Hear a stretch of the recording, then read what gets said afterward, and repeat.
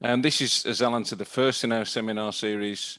And we've got not one, but two great speakers for you. We've got Professor Youngjin Yoo from the Weatherhead School of Management, Case Western Reserve University, and Professor Nicholas Berente from the University of Notre Dame. So we've got two great speakers. They're going to be talking about an initiative they're working on together, which is around this grouping they call xLab at Case Western Reserve. And that's looking at the new business models in the digital economy, which echoes exactly what Alan's been talking about, what we're trying to do in the Digital Lab. So this is an opportunity to hear what's going on, if you like, the other side of the pond, and hopefully establish some really good links with these guys. So Youngjin, Nicholas, over to you. All right. Well, thank you for having us, Roger and Alan. And Nick and I are, honored to be part of your inaugural seminar series, and so excited to share the new initiative that we just started actually last December at the International Conference on Information Systems. So the xLab is leading, coordinating the efforts, but truly this is a global collaboration that we are embarking on with many of colleagues around the globe. I see some of them on this call as well. So I'd like to recognize their support. We have a list of the initial collaborators on one of the slides we have, but I'm going to just go ahead and start, given that we have a short amount of time. I'm going to see if I could share the screen. Okay, PowerPoint, share, and this. Okay, so let me just step back and take just 30 seconds to explain what xLab is. So xLab was created at Case to work with many of the legacy companies in Rust Belt in the U.S. Midwest. These are companies, 100 years old, 80 years old, and Goodyear Tire, and Lubrizol, and a lot of manufacturing companies in automotive and aeronautics and aerospace, and some of the component manufacturers. And what I realized when I came back to Case 2016 from Temple, I realized that these companies are struggling to move into the new sort of era of digital economy. So we started working on it with those companies, creating xLab as a way of collaborating with them on a systematic way. Over the last 3 years, what I have noticed is that many of these companies have made a lot of progress in jumping into this space. They have all done, most of them have done some sort of pilot projects. They have now some form of experiences of creating some initiatives. They have divisions and groups and teams. They all have done it, but they still struggle to have a definitive sort of moment of declaring success, like we got it, we've done it. And so we started talking to many of these companies, and they all feel like, we need to understand where we're going. And it is not just technology, it's not just business model, it is entire organization that needs to be transformed. So that is the context that we are trying to do. So there are a lot of maturity frameworks out there now. Many of them are created by consulting firms, and they are not necessarily bad. However, they are proprietary, and they are not necessarily built on the basis of science. So it makes it very difficult for us to create cumulative tradition and creating a way to compare different industries and sectors and regions and so forth. So that led us to decide that we're going to launch a global multi-year open science project. So I recruited Nick. Everything that I do big, I always tend to lean on Nick to help me to carry on the project, and he was excited. And then we reached out to our colleagues who we have been collaborating in the past in different parts of the world. And we all got together and we decided this is something that we're going to do. So we then built some framework, which we will walk through. And that's where we are. So I'm going to turn it over to Nick and then kind of set us in a larger context. Nick? Yeah, thanks, Youngjin. Excellent. So thanks, Youngjin, for that start. And what I'll do is let me just set the stage. Youngjin is going to walk us through the framework that we're piloting in terms of digital transformation. And this year, we're going to pilot with a number of organizations, as he said, across the world on our framework. But let's set the stage for this framework, hopefully so that people can appreciate the magnitude of the change that we're undergoing and that we believe we're undergoing. And I guess one place to start it is to talk about how we are not in the agricultural age.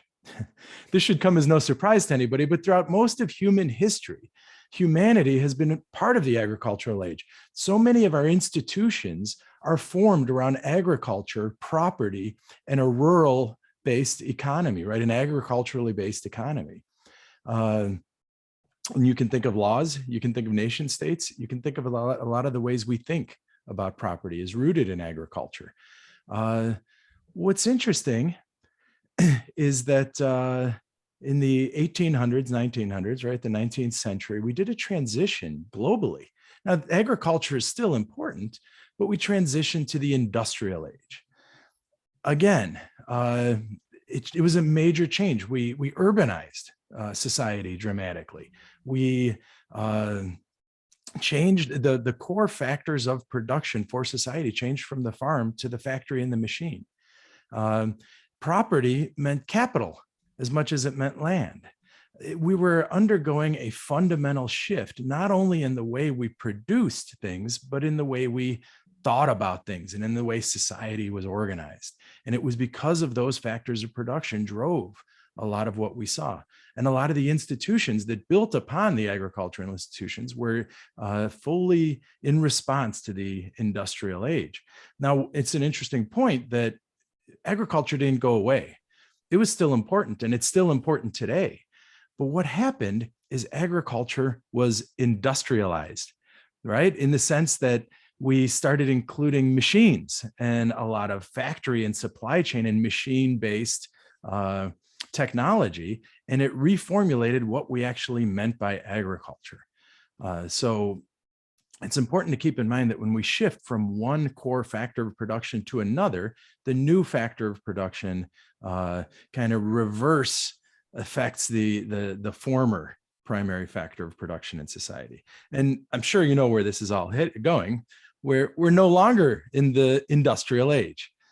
Again, industry is still important, just as agriculture is still important. Core factor of production, the core driver of competition is no longer, of competitive advantage, of value, is no longer the same drivers of value in the industrial age. In the industrial age, economies of scale and scope, better production, in your supply chain and in your production facility, those could help you compete, right? And those are still important, much the way agriculture is still important, right? But we figured a lot of that out, and we're now making increments on how to improve the physical elements of our production and our supply chain. A lot of the improvements and a lot of the changes are coming from the digital, right? And we'll get into that in a second, but go ahead, Youngjin, you don't have to keep me going. And you've probably seen some version of this, but I like this particular one that we got from Bloomberg, and it was provided by Google to Bloomberg, but you've probably seen a bunch of these using different time periods. I like the 2008 and 2018 time period. And the reason is it shows the most valuable companies in the globe in 2008. And look at your top two, right? They're oil companies. What did and there are a few others down the list. What did the oil companies, people talk about how the industrial age was driven on oil, right? And look at what the largest companies were globally in 2008, a mere 10 years later. Look at your top 5, 6 companies and count how many oil companies are there. They're not. These are data. These are digital companies. These are the big platforms. And I think we've all seen this in so many different ways. The platform-based economies are the drivers of value. Sure, oil is important, as we see with recent global events. Oil is important, Manufacturing is important. Physical production and supply chains is incredibly important, but the generators of value in all of these areas are primarily digital. We figured out how to move things from point A to point B. The key is how we decide what to move and when to move it, and that sort of thing. And those are information problems. So what we're doing is we're recreating the industrial age in this digital world. So let's just go back and think about, well, what do we know about what's important in the industrial age? And I think anyone who's gotten their MBA and studied strategy and organizational competitiveness will be familiar with the value chain. And I would say the core intuition of industrial production is this: it's a chain. You take some sort of goods, some sort of raw materials, and through some process, and you can see that in Porter's value chain here, you see some process of production, almost like an assembly line or a supply chain, till it reaches in a linear fashion the end user. That's the value chain. And so much of what we know of thinking about production has that linear intuition of chains, of supply chains, of value chains. And so much of what we know is specialized in particular value chains. We had, certain types of production. You were an automotive value chain. You were a consumer goods, fast-moving consumer goods value chain, and these were industries. So much of what we analyzed and what we learned were captive in industries. Porter's 5 forces, everybody remembers that from your strategy class. That was an industry analysis. We looked at barriers to entry to an industry. We looked at the bargaining power of people in the industry. And then strategy involved taking different positions in that encapsulated industry, cost leadership, differentiation, so on and so forth, given a particular industry. So the value chain, particular industry, and the platform-based digital economy is not based on such a linear, and this is Youngjin's term he coined, the value loop. It's not a value chain. It's not linear, starting with raw materials and going out to the customer. It's a continual loop of customer engagement. That's what we're seeing with platforms. Multi-sided customer engagement, where your customer is organizations are looking like platforms themselves as they invert, and a lot of what were formerly employees are now outside of the organization.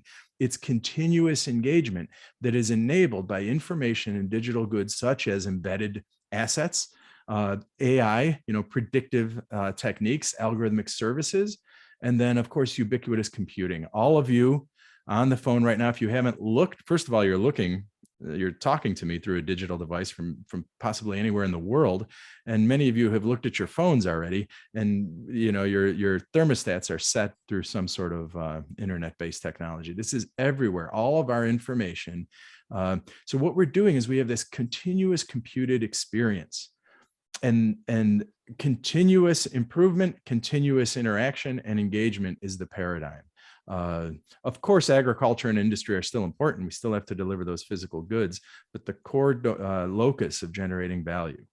So what we did, and this is what Youngjin's going to walk you through, we looked at literature, decades of literature on different ways to think through organizations. And we identified 9 different dimensions through which organizations that are industrial age organizations are moving to the digital age. And our goal is, across these 9 dimensions, we'll look at them separately. So as Youngjin, I hope, mentioned, and we're going to continue talking about, we're piloting this with our partners and with industrial age organizations that are transitioning, right? They're undergoing digital transformations.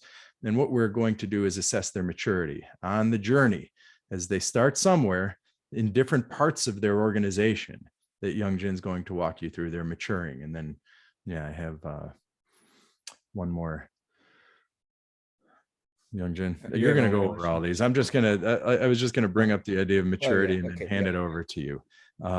Right? Because if you think about it, everyone is aware that they have to undergo a digital transformation, and everyone knows, I was talking to people at Ford Motor Company, and they said they want to look more like Apple than they want to look like General Motors, that sort of thing. Everyone knows the end goal, where they want to be, but it's sometimes difficult to assess, well, where are we? Where are we with respect to our competitors? Where are we with respect to, becoming that platform-based organization? So the goal here is to help organizations assess their maturity. And we're doing it in general on a 5-step process. In each of these dimensions that Youngjin's going to talk to you about, we, for simplicity's sake, we're thinking of it in terms of 5 steps in each one of those dimensions. So with that said, Youngjin, why don't you take over? All right. Well, thank you, Nick. So we'll just start from these 9 boxes, and then I will just take you through these 9 boxes one at a time. And we are going to begin with the center box, digital offering. The reason that we begin with this is that it has 3 layers. So it's a layer, a horizontal layer, focuses on particular focus of these activities. So in the middle, it is about strategy, it is about business model, it is about how the firm is generating value and creating and capturing value. And then the top line is about people. So, you know, how do we transform our human capital and talents on different aspects in order to actually execute the strategy that we have. And the bottom one is technology. So what kind of technological changes that we need to see? So it is all information technology still. It's not like we never had information technology before.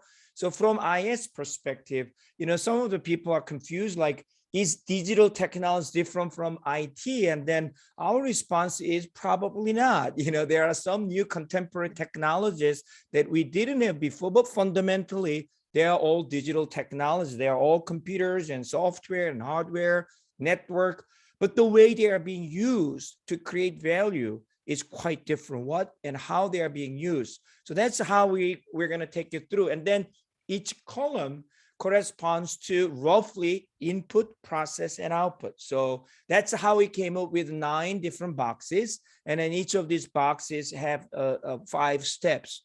Now we have a detailed instrument, the 5-step questions for each of these boxes. You have the slide. I'm not going to go through each of those. I'll just take you through these boxes so that we have enough time to discuss what we are trying to do here after the presentation. I just also want to make one additional point, high-level point about the value as I switch over to value digital offerings. In business literature and economics as well, we tend to differentiate value in use and value in exchange. So exchange value and use value are being considered as 2 different things. And nowadays, I think we have a pretty good understanding that, exchange value is what firms produce through value chain activities. It ends with exchange. So I give you product, I offer a value at a discrete moment in time, and then you pay me money. And that's the basic, exchange value. Use value, on the other hand, takes a place in the user's realm. So users are actually using the product. They are the integrators of, this is service dominant logic sort of language, right? So they integrate different resources that they have to produce their own use value. Now, traditionally, when you think about it, firms rarely directly participate in the creation of use value. Firms are kind of like an arm's length relationship with end users. In fact, they do not know who are the users. They directly interact with buyers, customers as buyers, but not customer as users. So there is a deep, disconnect.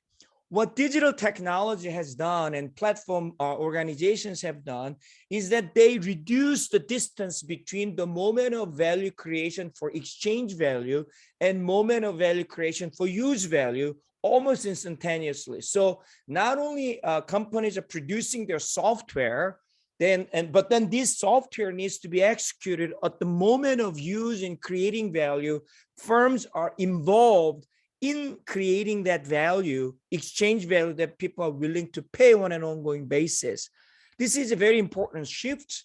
And this is something that is underneath of what we are going to talk about here. So the first question that we ask is that, does your organization have offerings that are primarily enabled by digital systems to support value co-creation, where the firm is directly involved on an ongoing basis using their own property? So what does this mean? that means, so this is a rather long sort of description of what this means, but I'm going to just hit highlights.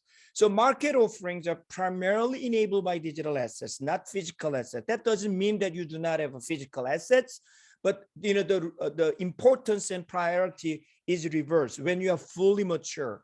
And they are based on the recurring value loop. The value is being created. The offering is based on not only value, exchange value and a one discrete moment. Again, that is possible. You may extract value from exchange value. Apple sells product, but then they also want to add their ongoing services on top of it.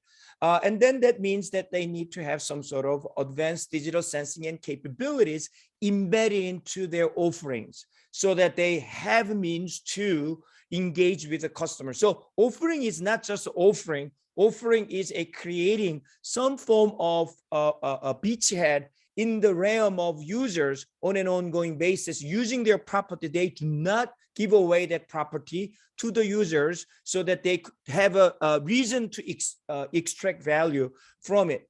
So with that, so we have these 5 different levels. At the lowest level is my organization market offerings are entirely created through linear value chain, leveraging analog and physical assets. And obviously the most mature company would be the one that their market offerings are created through recurring value loop, leveraging advanced digital systems, and all physical and analog assets are there to support digital value creation, not the other way around. So that's the digital offering. Now, in order to do that, there's a raw material that needs to come. Just like in value chain, you need commodity coming in, and then you need to transform those commodities into marketable goods and services. So what is the input that goes into the digital value creation? That is data. So how do you, where is your capability in managing this data aligned with your digital value offering? So that's what we're measuring in the data analytics box. So again, what that means is that, let me just move this here. A mature digital firm effectively use real-time predictive analytics and KPI dashboards at a very granular user level, not the market level, but the goal is to gain insights on an ongoing basis of users' latent future needs. So that allows the company to fine-tune their offering on an ongoing basis. So for example, Netflix knows exactly what you have watched, and based on their analytics, they can hint you in terms of what you want to watch next. So this is a sensing and shaping using the data asset that they use. And again, this is at the very granular level as users continue to engage with the company. So again, the 5 different levels: traditional organization, online transaction processing, and the xLab, all the way down to the organization. Every functional decision it's not just IT. Decision-making in finance and HR, marketing and strategy, operation are supported with insights from real-time predictive models and KPI dashboard. It is based on the granular user level, real-time or near real-time data, generating novel offerings, insights about the users. And the next one is, okay, so now you have offerings, and then now you have data coming in. So the next question is, how are you going to grow? How are you going to grow your business? That is the #1 questions that all business leaders are asking. When you ask what strategy is about, people would say, the practitioners, well, I need to maintain my business portfolio so that we can continue to grow. Which market to enter? How do I make people to pay more for the same product? Or how do I convert on-user to non-user to my user for my existing product? So that's what this is about. So a mature digital first firm would develop a company-wide a coherent digital strategy, which will guide them a way forward to grow their top line growth. And that often involves the development of their own digital platform ecosystem with a clearly defined revenue model of their own digitally enabled market offerings. So the problem of many traditional companies who are working on digital market offerings is that they know how to create potentially attractive offerings, but they yet need to figure out how to capture and generate revenue from their offerings. A lot of times they do not have a clear idea of where to go and how to scale. And oftentimes it is isolated in one group. It is not supported by well-coordinated and orchestrated activities throughout the firm or the business unit. So that's what this digital growth strategy dimension entails. So again, the question is, in our organization, if you're very immature, the growth comes entirely from enhancing the existing physical offerings or entering into adjacent markets using the current physical offerings. So I have this product and I'm going to enter into, I'm selling a soft drink, and I'm going to now enter into a beer market, alcoholic beverage. That's what these companies would do. Or I may go to another country. I will go to China. That's another thing that they do. Or how can I make my, drink, people who drink my product drink more? Maybe I will introduce another product line. That's what these companies, people tend to think about.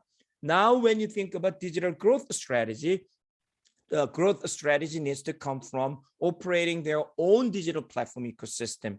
So can we actually create a revenue model, whether it is actually subscription model or somehow the digital platform enhances the attractiveness or value of our physical offering in such a way that they're willing to pay more, or we have some derivative revenue where we can actually extract our value through some other means, whether we are capturing value through monetizing the data or collaborating with other developers and third parties and so forth.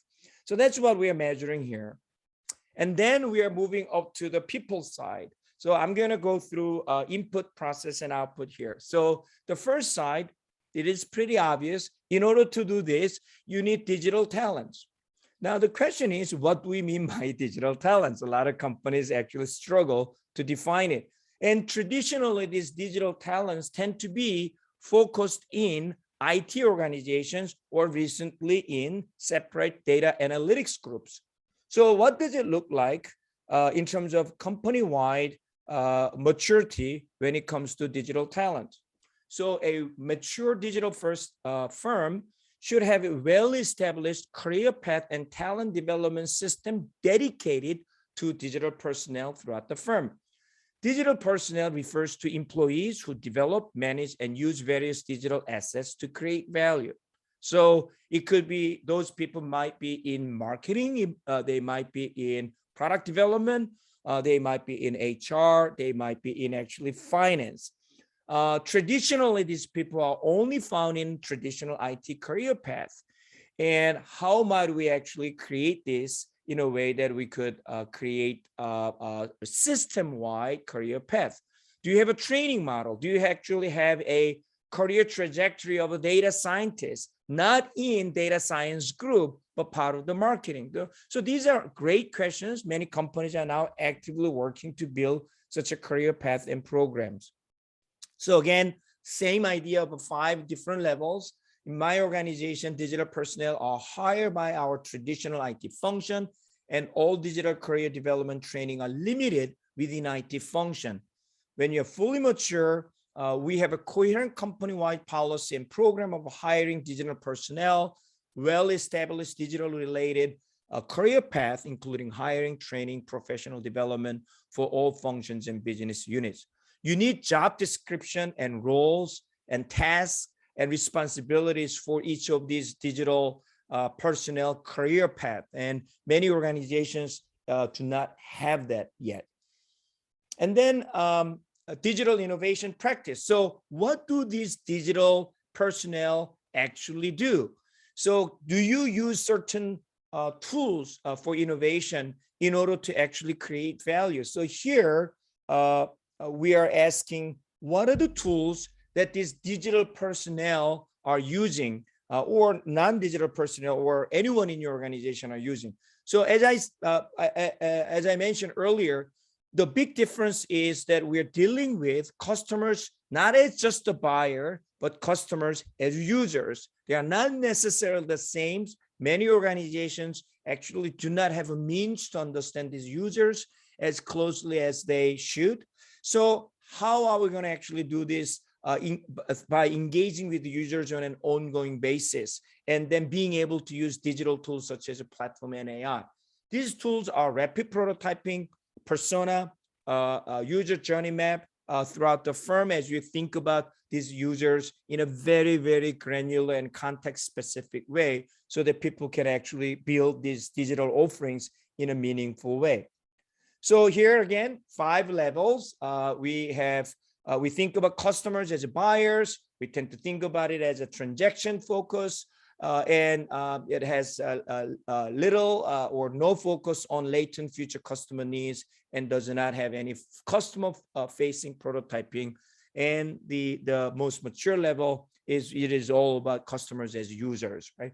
Now, this focus on customers as users are not necessarily only limited to B2C organizations. It also is relevant to B2B organizations as well. So when you actually talk to B2B organizations, say who are selling components or engineering services to other companies, they have the notion of a client, and oftentimes these are people who are paying for our services or paying for our products, but they actually do not know who in that organization is using our product.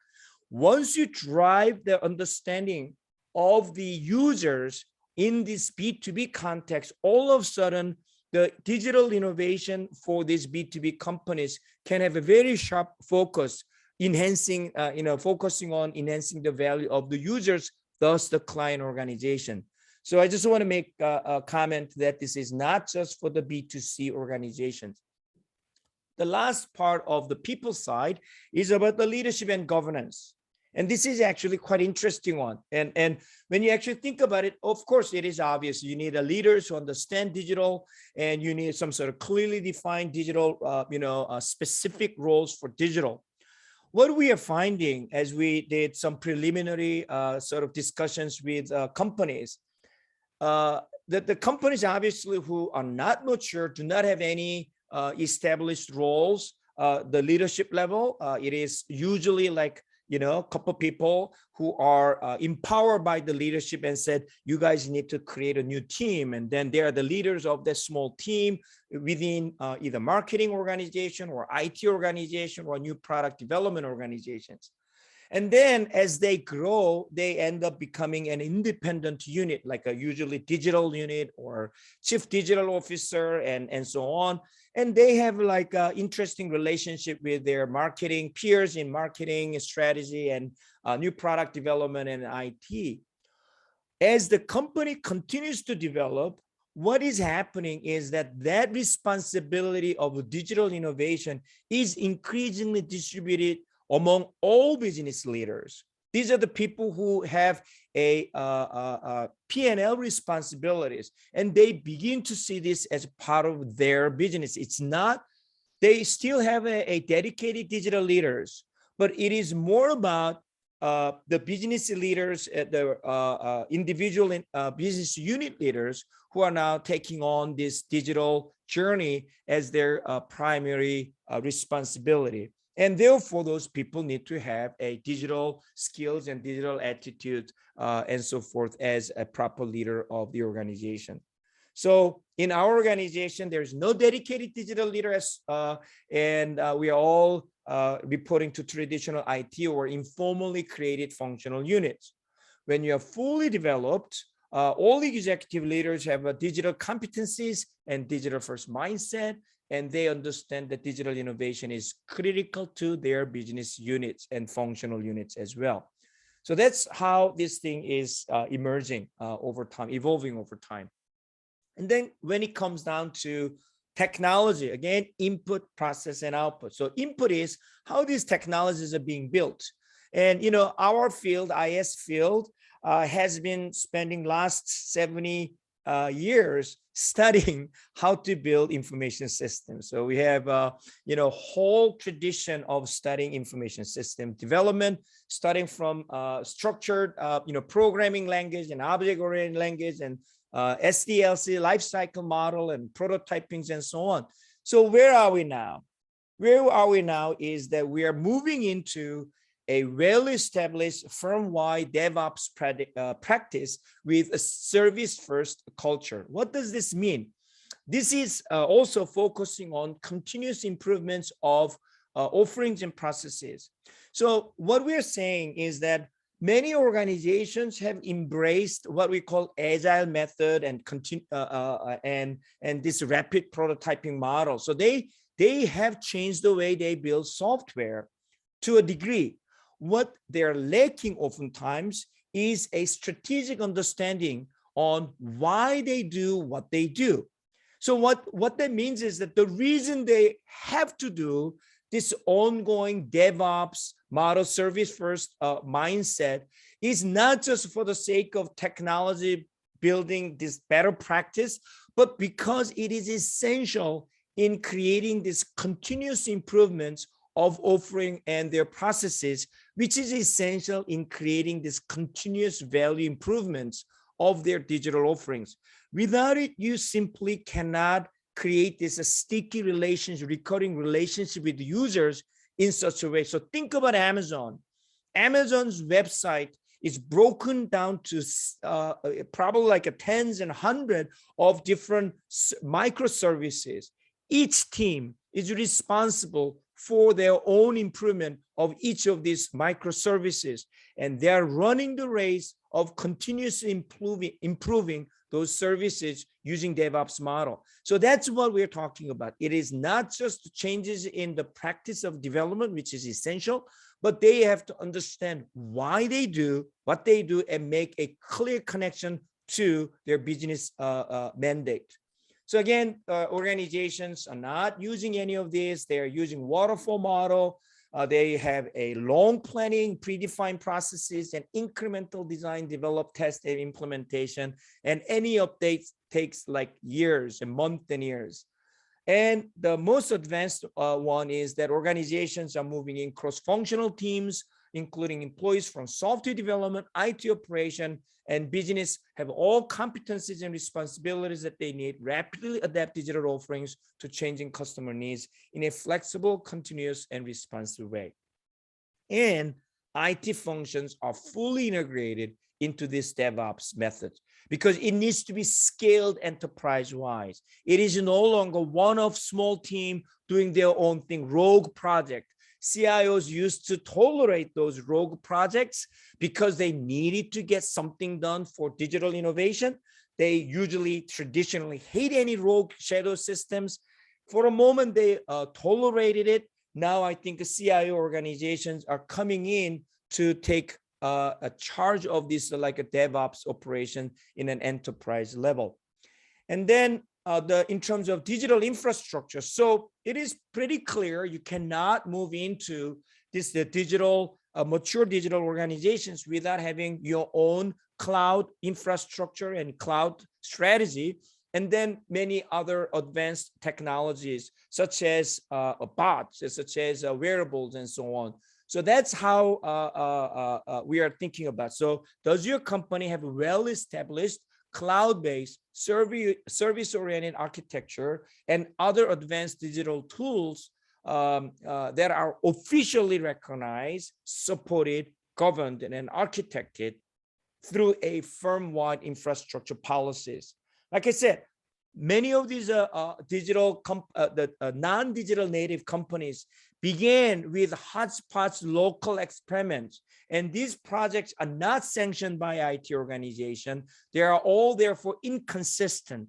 So now the maturing companies are trying to somehow bring a discipline into this process, not to slow down innovation, but actually in order to scale. You can only scale when you bring discipline, and then IT organizations know how to bring discipline in IT resource management. So that's what we are seeing in the maturity side of IT infrastructure. So IT infrastructure is on-premise with an architecture and governance model that only allows centralized enterprises like ERP and CRM. And when the company is mature, IT infrastructure is on the cloud with an architecture and governance model that supports both core centralized enterprise systems as well as extensible, programmable, service-oriented platforms using cloud and bots and mobile apps. They provide agility, scalability, reliability, and security. Infrastructure respects ownership and privacy and dignity of the users because it is very, very intimate with their daily lives. The last one is digital customer engagement. So now the company is not just engaging with the users when they purchase the product. Like I said, there's ongoing engagement. The moment of value creation for exchange value and use value is almost inseparable. So they have to create this the front line of the organization, the touch points through digital technology. So what does it mean? Mature digital first firm has a company-wide system of customer engagement platform that provides a coherent end-to-end, fully digitized and personalized user and employee experiences that is deeply integrated with the user's lifestyle. So we are not differentiating end user and employee as two different sets of users. We think they are both users from a digital platform standpoint. And what is critical here is that companies who have been in the traditional sort of industry, they all have a well-established physical channel to interact with users and their buyers. And over time, they start adding separate digital channel.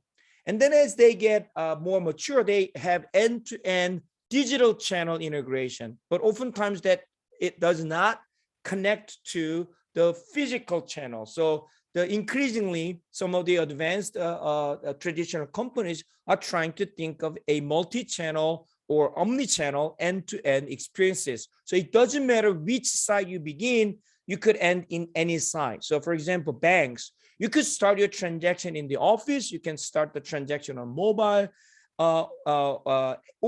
and then you end with a person or mobile or web or phone in any of these. So a lot of companies are moving into that direction. E-commerce companies are making those transitions. And I think that's where we are moving. So these are the 5 questions. I'm getting a little tired of repeating the same sort of patterns. I think you got the idea. So what we can do, Youngjin. Oh, all right, go on and introduce it. So this is the initial list of our colleagues. Some of them are here, as I mentioned, and then we actually have grown quite a bit. So this is not a full list. This is the initial collaborators who initiated our initiative. This is our timeline. We are in spring 2020. We are conducting small individual pilot projects with our clients, xLab, and Nick has his own relationship, and many of our colleagues all are trying to do some small pilot at an individual organizational level. We'd like to then open up a global pilot with our industry partners. So in the US, we are working with an organization called Innovation Research Interchange, IRI. Their members are going to be asked to participate. And hopefully we have this Digital Futures Conference in October, annual conference, and in October 11th through 13th. So we would have some preliminary results from our pilot study, and then showcase some of the companies. So Youngjin, I'd like to jump in right now at some discussions that have been happening in the chat, right? Alan is a bit ornery, and he thinks that we have Alan Brown, and then we have Federico Iannacci. I don't know if I'm pronouncing that properly. Sharing. Okay. So we have, and I think that these questions are fairly similar, and their comments are fairly similar. in the sense that, okay, come on, Alan is saying, dude, CMMI has been around, whatever. And so you find that most organizations are 2.7. So what, right? And Federico was asking, about the pilot and about how we're going to implement this. Is it just 5 items and then we're giving that? I think that maybe we need to step back and talk about the approach here, is that we're not pretending as if giving you a 5, like handing each major organization a single 5-item chart, they're going to name themselves a 2.7 and boom, we have a benchmark. That's not the goal here.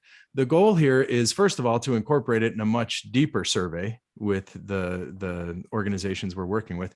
But the second is, it's a starting point. It's not an end point. One of the issues with CMMI, I would argue, is they took an objective ground as a standard and said, if your software development team, and for those of you who don't know, the capabilities maturity model is a model for software development team maturity, right? And it's a pretty, actually, it's pretty popular, well-used maturity model over the years. But one of the issues is they took one standard and said, according to this standard, you are either mature or not, and you're either at a 2.7, and everyone should get to a 5. That's not the goal of this maturity measurement. The goal of this maturity measurement is to have this conversation with your team. And the whole point is this: it's not as if you've arrived, right? So we wanted to show the different levels. You could think of 5 levels of targets across 9 dimensions. We don't care what your score is. The idea is to have multiple people in your organization fill this out.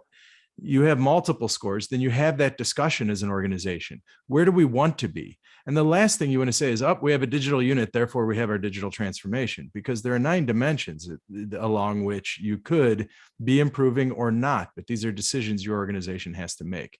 So again, if everyone's at a 2.7 and they're all comfortable being 2.7, that's fine.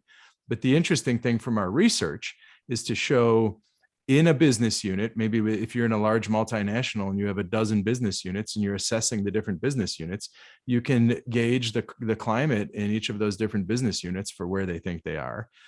You can make it's more of a research instrument in your organization and a mechanism for continuing those discussions. And I think that's the way we want to look at it. We're not acting as if we have some standard we're going to measure you, and instead it's a starting point for thinking and a starting point for conversation. I don't know, Youngjin, is that? Yeah, I 100% agree.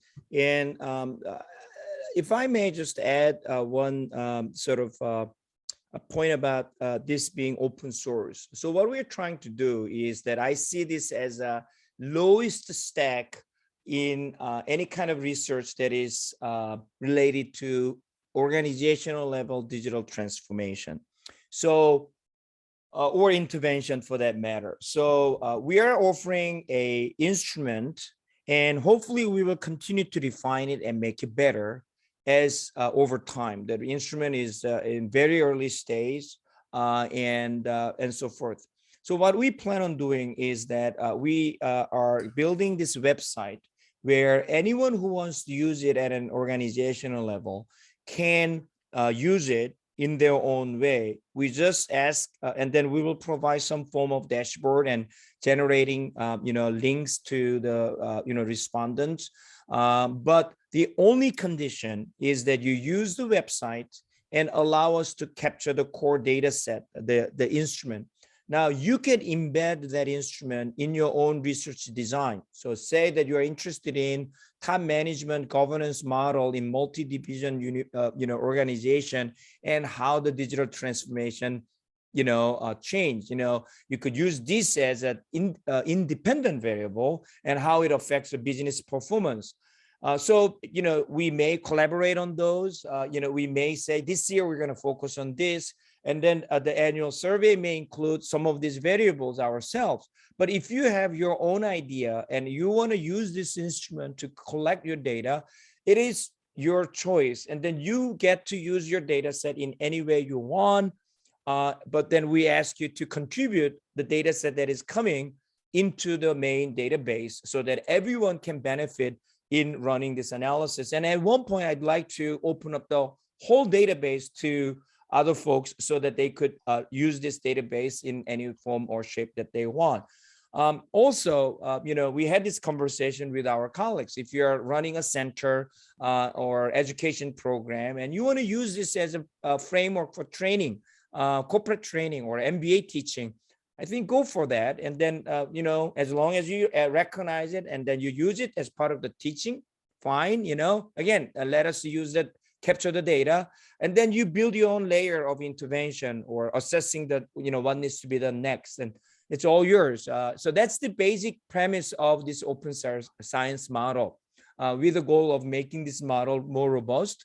And the goal is like every year we would then write a white paper, publish white paper, looking at where each country is, where different vertical is, and globally where it is. So that's more like a descriptive sort of analysis. But even the very basic descriptive statistical analysis with a cumulative tradition can provide very valuable insight. So that's something that we would love to continue and with your collaboration and support.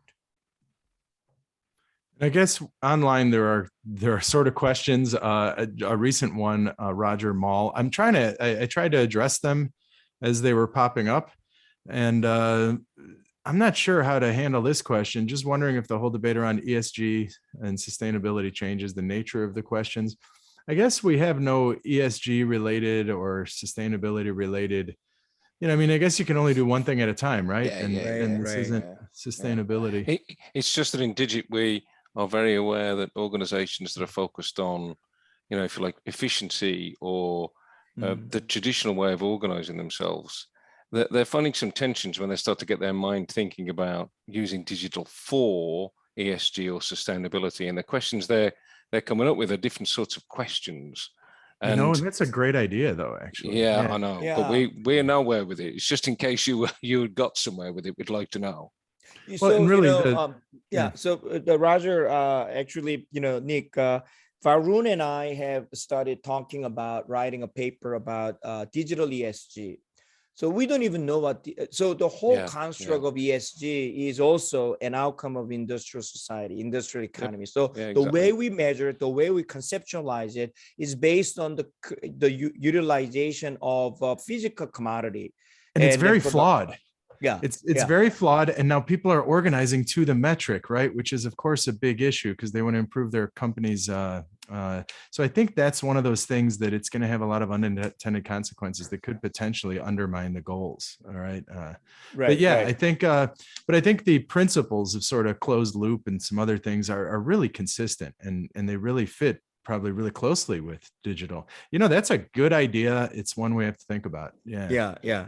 Adding that dimension or incorporate some of those in some of the ways that we ask questions. So in the infrastructure, we added this the whole issue of human dignity and respect of their privacy and ownership. I think that's one aspect, but probably there are other elements in other domains where the mature firm needs to not only improve their business viability and success, but also those ESG related aspects. So, right. So, gentlemen, it's 5:30, and we thank you for it.